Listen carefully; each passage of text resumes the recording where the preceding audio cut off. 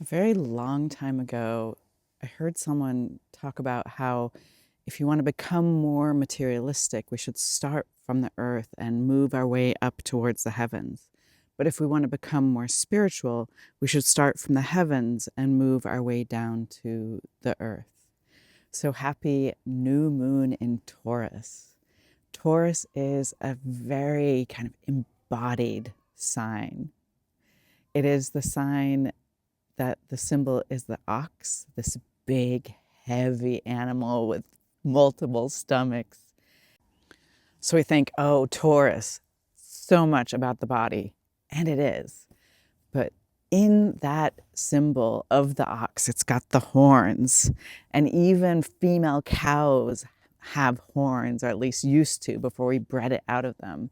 And these horns are designed like the most magnificent hearing tool. You remember, like, you probably don't remember, but you've seen in old movies this like hearing horn before hearing aids, where it starts, it's small and then it gets bigger and you can hear better.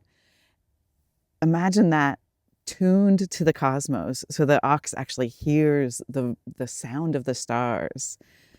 So in this connection, how can we be like Taurus? We actually want to orient up towards the starry heavens and say, okay, how does my body come from that, come from the zodiac? And actually, when we study astrology, we start to learn exactly how that happens, that the head is ruled by the sign of Aries, and then Taurus is the throat, and then it goes on, all the way down through the body, that each part of our body and system is ruled by a different zodiac sign. And not only is this like convenient kind of allocations, but we want to imagine that from this grand periphery of the heavens, the container of the stars, our whole beingness was created. And first, actually, our body. So it's a little bit of a paradox. Our body seems like the newest part of us, and even the tissues in our body are busy renewing themselves constantly. So, my liver takes 6 weeks to actually have every cell changed. My eyes, only 2 days, where every cell in my eye changes. So we think, oh, that's the new part of me.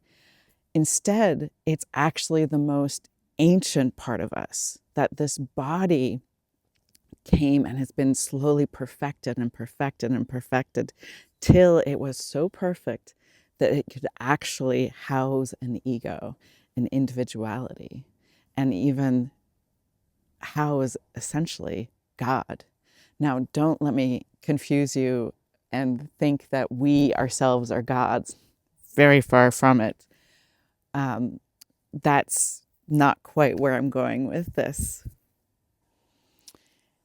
So instead of thinking like, oh, we, me, Rachel, the individual is God, we want to take a little bit of a different picture of this.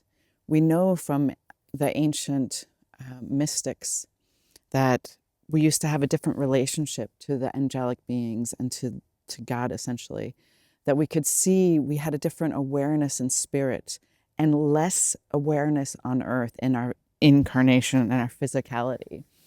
And so I always think about how it's essentially like there was a turning point in time where we got turned inside out. So God used to be out there and up in the heavens and outside of me. But in this turning point of time, one of the true like changes that happened is that now we can discover God within us. We discover the divinity, our connection to the divine by going within rather than seeking or taking something from without. So during this new moon in Taurus, let's contemplate this amazing event that the divine incarnated into a human being, and then it was available to every human being. And that the vastness that was out there is discoverable in there, and how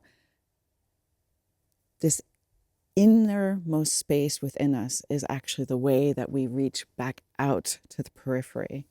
So, you can imagine like a cow or an ox chewing their cud and really taking their time to work through something.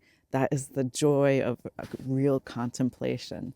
So I hope that sits with you as a seed, and may it be flourish and grow into gifts in your next coming month. So much love to you.